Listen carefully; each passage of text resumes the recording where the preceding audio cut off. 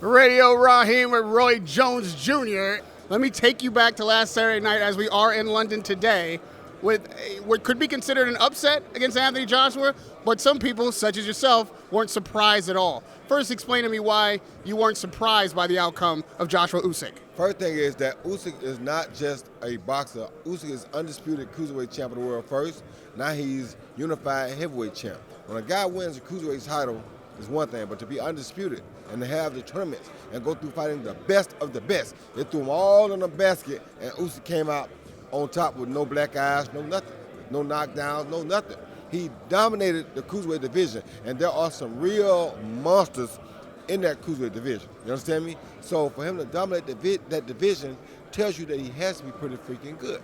Now, with the boxing situation at hand, Joshua won a gold medal as a heavyweight after 3 years of amateur boxing, but Usyk won a gold medal as a light heavyweight, whatever it was, after a long time of boxing.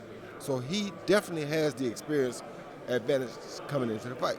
People say, how you see the fight? The fight gonna go the distance? Yes.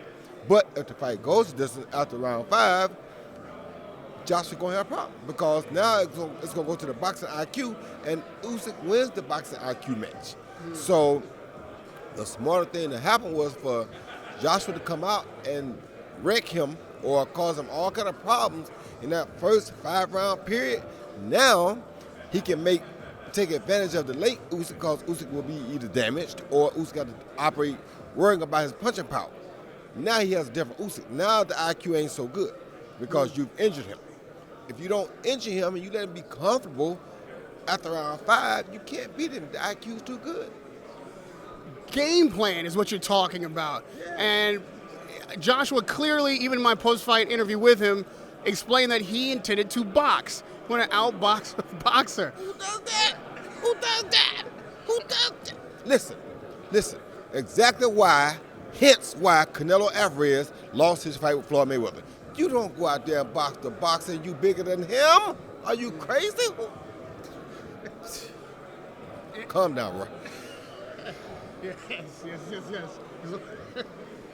Okay. So, yeah, it wasn't a good idea to go out there with a guy who has a very high IQ, who's a smaller guy, who doesn't have a big punch, and plan on outboxing him.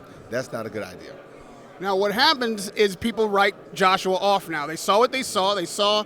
And they were frustrated by the same thing you were.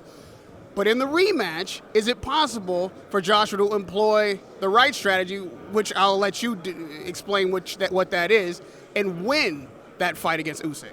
Once again, you can't write Joshua off for several reasons, but the main reason is because round 4, 5, and 6, Joshua fought him like he should have fought round 1, 2, and 3. And he won those rounds clearly. He made it very uncomfortable for Usyk. Although Usyk has the better IQ, the bigger man doing the right things made it very uncomfortable for him. So when you're fighting a boxer, you don't box him, you fight him. When you're fighting a fighter, you don't fight him, you box him. Radio Raheem, Roy Jones Jr.